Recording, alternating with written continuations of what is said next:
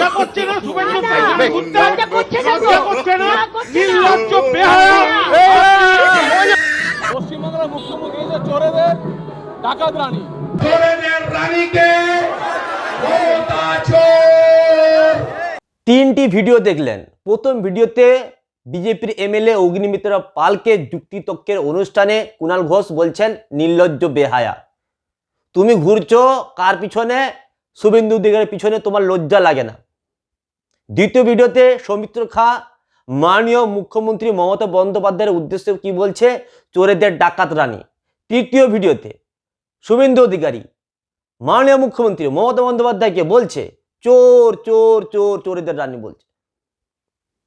যদি কুণাল ঘোষ অগ্নিমিত্রা পালকে নির্লজ্জ বেহায়া বলে অপমান করে থাকেন, এতে যদি মহিলাদের অপমান হয়, যদি এই কথা বলা মহিলাদের অপমান হয়, তাহলে মাননীয় মুখ্যমন্ত্রী তো একজন মহিলা।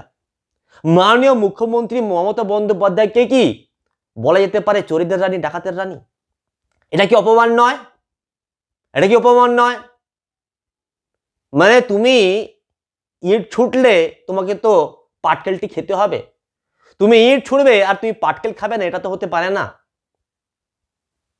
তো নেতা যারা আছেন তাদেরকে তো মুখ সামলে কথা বলতে হবে। তুমি গাল দিলে ঠিক, অন্য কেউ গাল দিলে অসুবিধা, এটা বললে তো চলবে না। তুমি গাল দিবে তাতে ঠিক, তুমি মাননীয় মুখ্যমন্ত্রীকে গালাগাল করবে, তুমি মাননীয় মুখ্যমন্ত্রীকে চোরেদের রানী বলবে, তুমি মাননীয় মুখ্যমন্ত্রীকে ডাকাতের রানী বলবে, সেটা ঠিক আছে, সেটা চলবে।